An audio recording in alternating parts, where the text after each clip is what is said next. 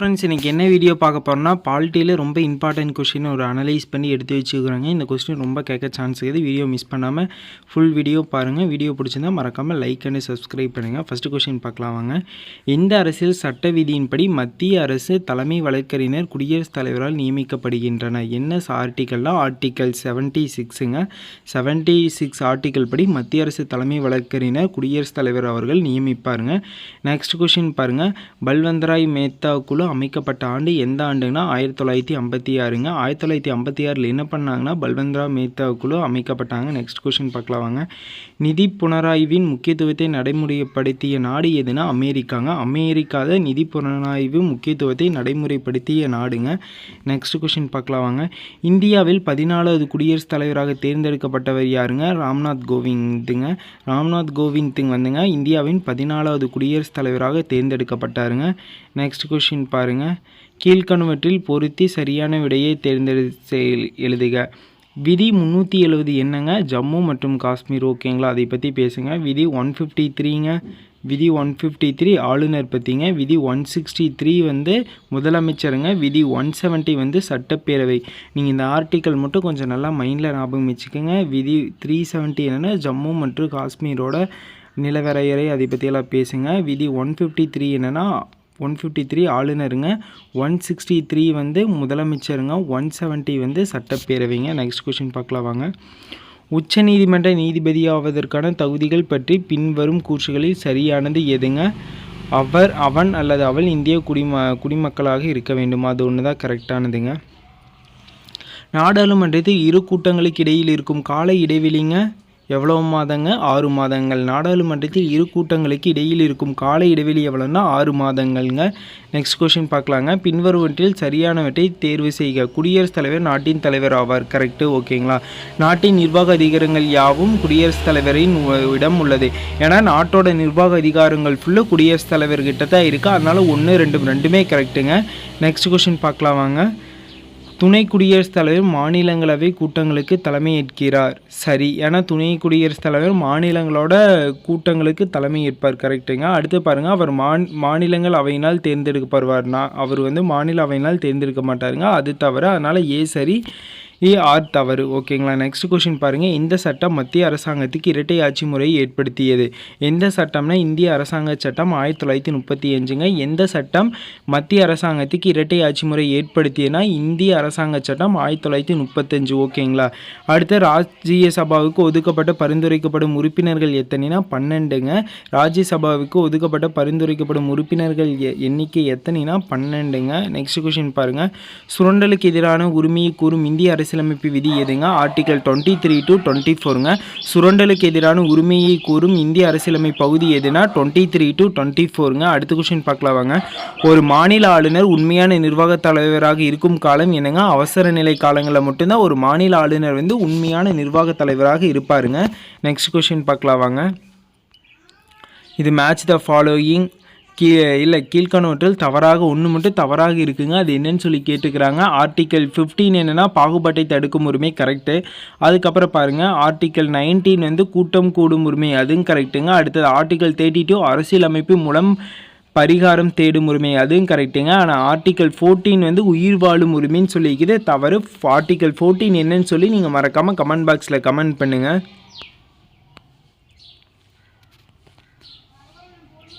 அடுத்து பாருங்கள். இந்திய அரசியலமைப்பில் சட்டத்தின் விதியை அது நிறுவனங்களுடன் பொறுத்துக. ஓகேங்களா. இந்திய அரசு கணக்கு தணிக்கை தலைவர் ஆர்டிக்கல் என்னங்க? 148. ஓகேங்களா. நிதி ஆணையத்தை பற்றி எந்த ஆர்டிக்கல் சொல்லுங்கள்? நிதி ஆணையத்தை பற்றி ஆர்டிக்கல் அதே 280ங்க. அதே நிர்வாக தீர்ப்பாயம் பற்றி பேசுகிறதுங்க ஆர்டிக்கல் 323ங்க. மத்திய அரசு பணியாளர் தேர்வாணையம், அதாவது யூபிஎஸ்சியில் எழுதுறீங்களே அதை அதோட ஆர்டிக்கல் என்னென்னா ஆர்டிக்கல் 305ங்க. ஞாபகம் வச்சுக்கோங்க.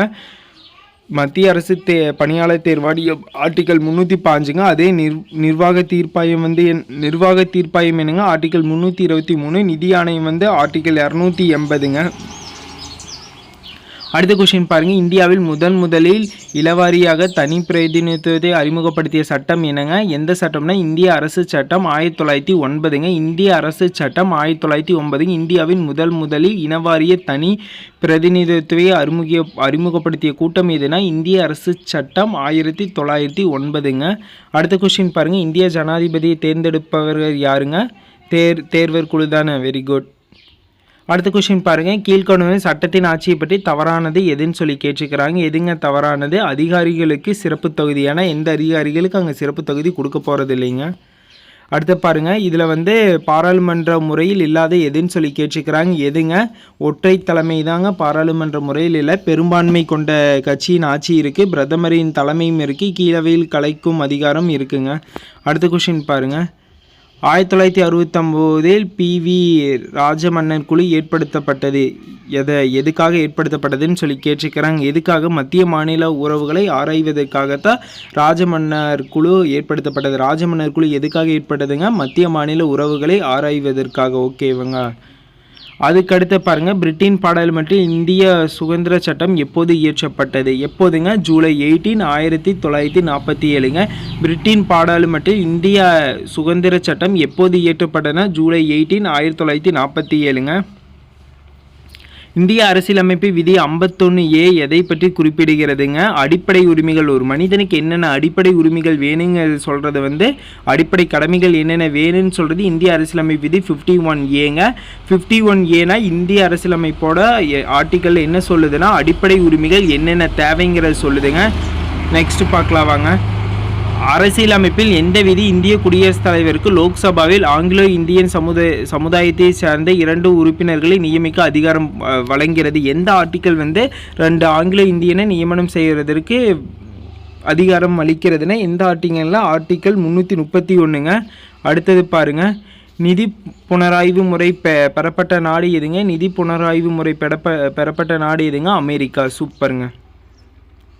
1946 ஆங்கிலேயரால் நியமிக்கப்பட்ட அமைச்சரவை தூதுக்குழுவின் உறுப்பினர்கள் எத்தனை பேருங்க? எத்தனை பேர்னா 3 பேர். 1946 ஆங்கிலேயர் நியமிக்கப்பட்ட அமைச்சரவை தூதுக்குழுவின் உறுப்பினர்கள் எத்தனை பேர்னா 3 பேருங்க.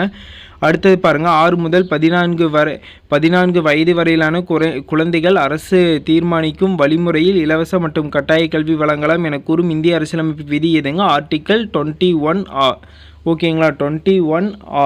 ஓகேங்களா? 21A.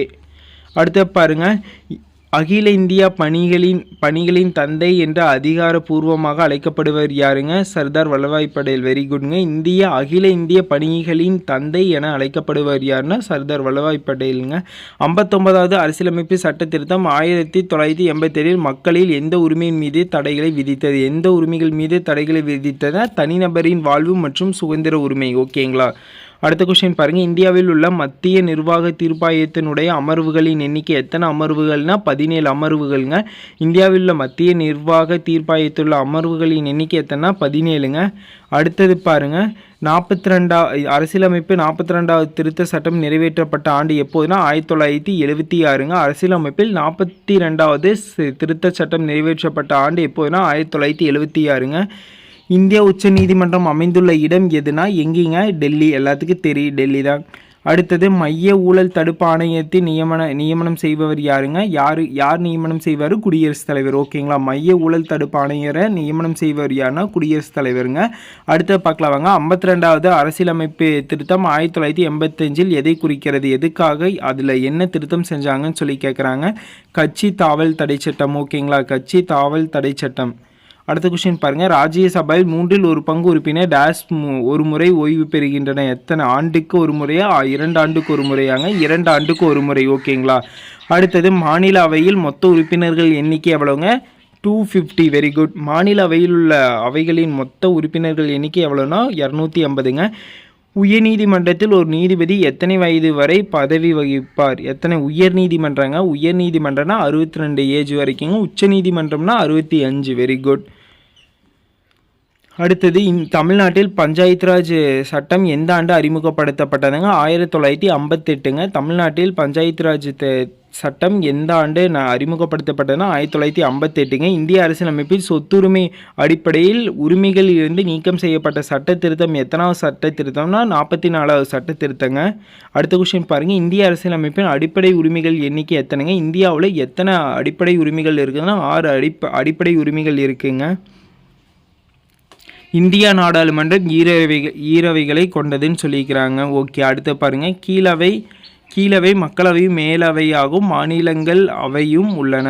கீழவை மக்களவையாகுங்க, மேலவை மாநிலங்கள் அவையாகவும் உள்ளனன்னு சொல்லிக்கிறாங்க. ரெண்டுமே கரெக்டாக, ஆனால் ரெண்டுமே ஃபஸ்ட்டு ஏஆர் ரெண்டுமே கரெக்டுங்க. ஆர் என்பது ஏவுக்கு சரியான விளக்கம் அல்லவா? இல்லை, கரெக்டாங்க, சரியான விளக்கம் ஆகும். ஏன்னா நம்மளுக்கு சரியான விளக்கம் அங்கேயும் மேலே ஈரவை பற்றி தான் பேசுது, கீழே ஈரவை எந்தவைன்னு சொல்லி தானே டினோட் பண்ணுறாங்க. அதனால் ஆர் ஏவுக்கான சரியான விளக்கமாக தாங்க இருக்குது. அடுத்த கொஷின் பார்க்கலாம் வாங்க. நிதி ஆயோக்கின் தலைவர் யாருங்க? நிதி ஆயோக்கோட தலைவர் யாருங்க? பிரதம மந்திரி. நிதி ஆயோக்கோட தலைவர் யாருங்கன்னா பிரதம மந்திரிங்க. நெக்ஸ்ட் கொஷின் பார்க்கலாம் வாங்க. மாநிலவையின் மொத்த உறுப்பினர்கள் எண்ணிக்கை எத்தனை பேருங்க? 250 பேர். மாநிலவையில் மொத்த உறுப்பினர்கள் எண்ணிக்கை எவ்வளோ பேர்னா 250 பேருங்க. நிதி மசோதாவை மாநிலவை எத்தனை நாட்கள் மட்டுமே தாமதப்படுத்த முடியும்? எத்தனை நாள் மட்டுமே தாமதப்படுத்தலாமுங்க? 14 நாட்கள். ஓகேங்களா? அடுத்த கொஷின் பாருங்கள், இந்திய தலைமை தேர்தல் ஆணையரின் அதிகாரங்கள் யாருக்கு இணையானது? யாருக்கு இணையானதுங்க? உச்ச நீதிமன்ற நீதிபதிக்குங்க. இந்திய தலைமை தேர்தல் ஆணையரின் அதிகாரங்கள் யாருக்கு இணையானது? உச்ச நீதிமன்ற நீதிபதிக்குங்க. நெக்ஸ்ட் கொஸ்டின் பார்க்கலாம் வாங்க. மாநிலங்களவை கூட்டங்களுக்கு தலைமை தாங்கி நடத்துவர் யாருங்க? மாநிலவை கூட்டங்களுக்கு தலைமை தாங்கி நடத்துவர் யாருன்னா துணை குடியரசுத் தலைவர். ஓகேங்களா? இந்த கொஷின் அப்ளைவே பார்த்தா ஆனால் கொஷின்குள்ளேயே டிஃப்ரெண்ட்டாக கேட்குறாங்க பாருங்க. அதே கொஷின் தான், ஆனால் கொஞ்சம் டிஃப்ரெண்ட்டாக உள்ள மாற்றி கொஷின் கேட்குறாங்க, அவ்வளோதான். நீங்கள் இந்த கொஷின் நல்லா புரிஞ்சுக்கிட்டீங்கன்னாவே போதுங்க. நீங்கள் பாலிட்டியில் வர எல்லா கொஷினுமே கண்டிப்பாக எழுத முடியுங்க. பார்க்கலாம் பாருங்கள், நீங்களே எழுதிட்டு இந்த வீடியோ கீழே கண்டிப்பாக கமெண்ட் பண்ணுவீங்க எல்லா பாலிட்டி கொஷின் என்னால் எழுத முடியுதுன்னு சொல்லி. ஜம்மு காஷ்மீர் மாநிலங்கள் எந்த விதியின்படி தனி அரசியலமைப்பை பெற்றுள்ளதுங்க? எந்த விதினா ஆர்டிகல் 370ங்க. ஜம்மு காஷ்மீர் மாநிலம் எந்த விதியின்படி தனி அரசியலமைப்பை பெற்றுள்ளது? ஆர்டிகல் 370ங்க. நீதிபதி மக்களால் தேர்ந்தெடுக்கும் முறை மோசமானது என கூறியவர் யாருங்க? லாஸ்கி. ஓகேங்களா? நீதிபதி மக்களால் தேர்ந்தெடுக்கும் முறை மோசமானது கூறியவர் அவரு தாங்க. நெக்ஸ்ட் கொஸ்டின் பார்க்கலாம் வாங்க. கீழ்கண்டவற்றில் எது பாராளுமன்ற அரசாங்க முறையில் சிறப்புத்தன்மை? எது பாராளுமன்ற அரசாங்க முறையோட சிறப்புத்தன்மைன்னு சொல்லி கேட்குறாங்க. கூட்டு பொறுப்பு. ஓகேங்களா? அடுத்த கொஸ்டின் பார்க்கலாம் வாங்க.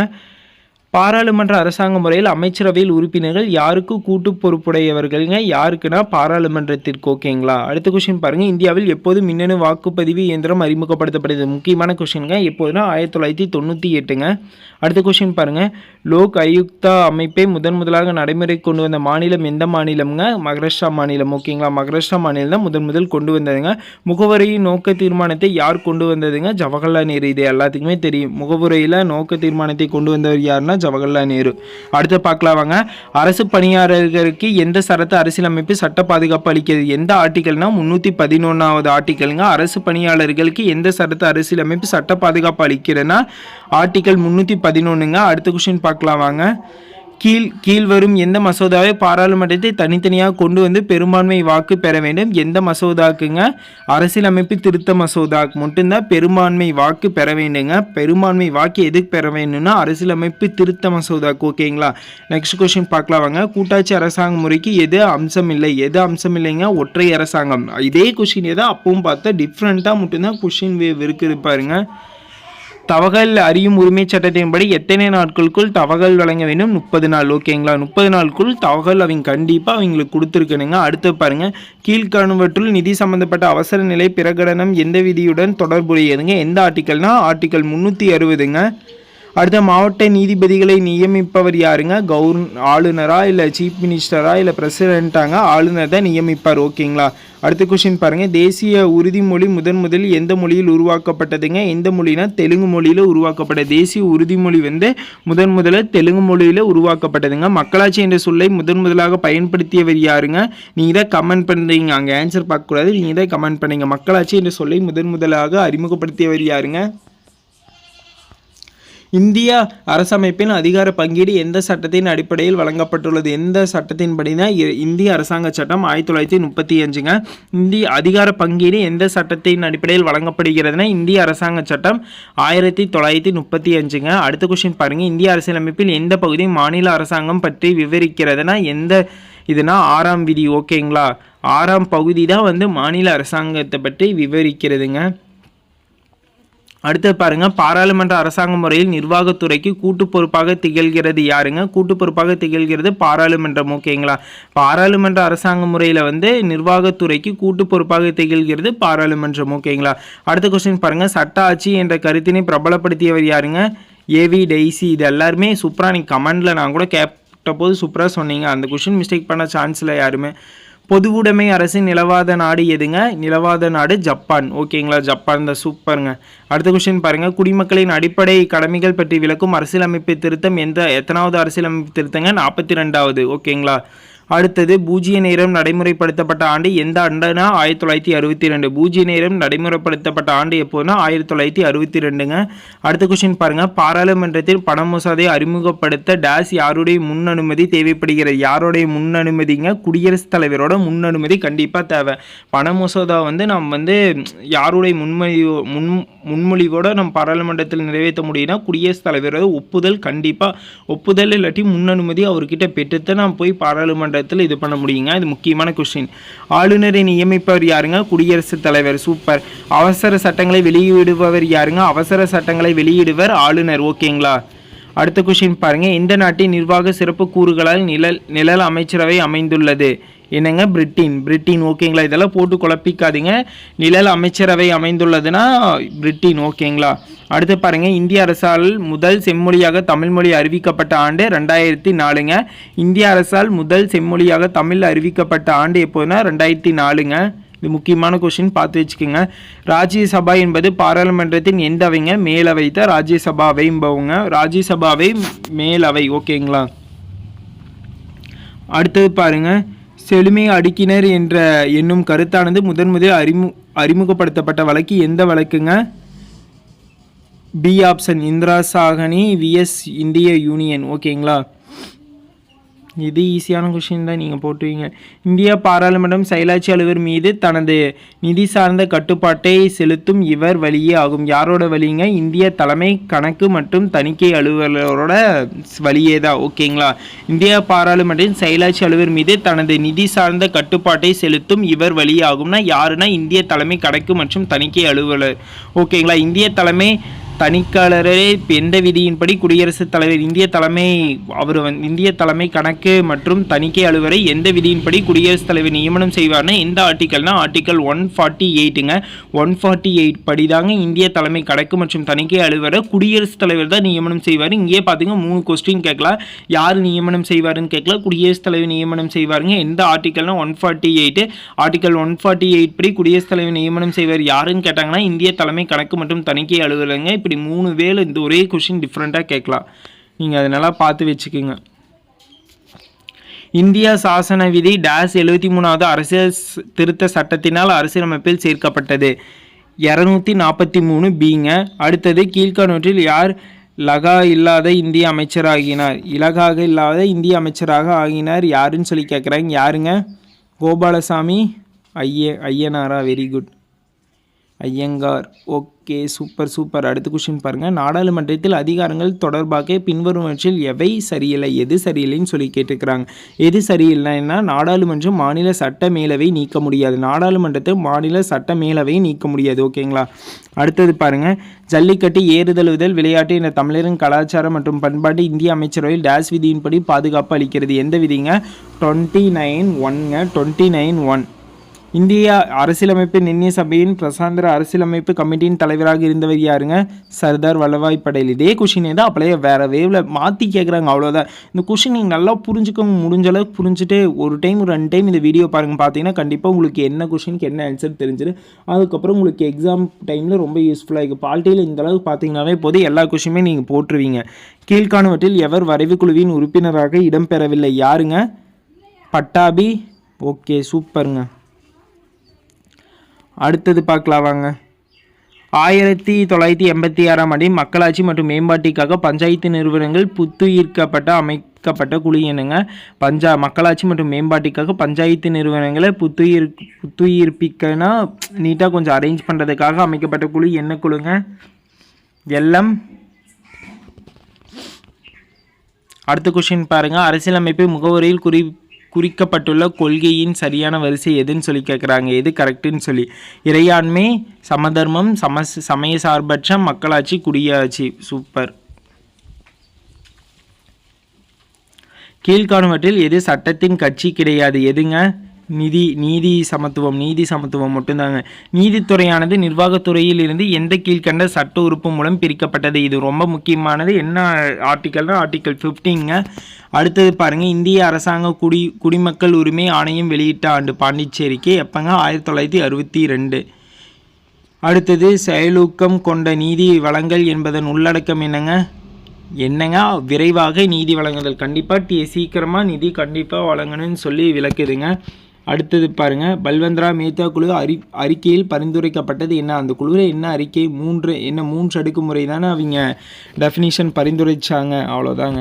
இவ்வளோதான் ஈஸி. எதுவுமே கஷ்டம் இல்லை. பால்ட்டியில் முடிஞ்ச அளவு 30 கொஸ்டின் மேலே வரையும் கண்டிப்பாக இதெல்லாம் பார்த்துட்டு போய்க்குங்க. நாடாளுமன்றத்தின் முதல் முறையாக நம்பிக்கையில்லா தீர்மானம் கொண்டு வந்த போது பிரதம அமைச்சராக இருந்தவர் யாருங்க? ஜவஹர்லால் நேரு. சூப்பர். இந்தியாவில் செம்மொழியாக அறிவிக்கப்பட்ட முதல் மொழி எதுங்க? என்னங்க? தமிழ். Very good. சூப்பருங்க.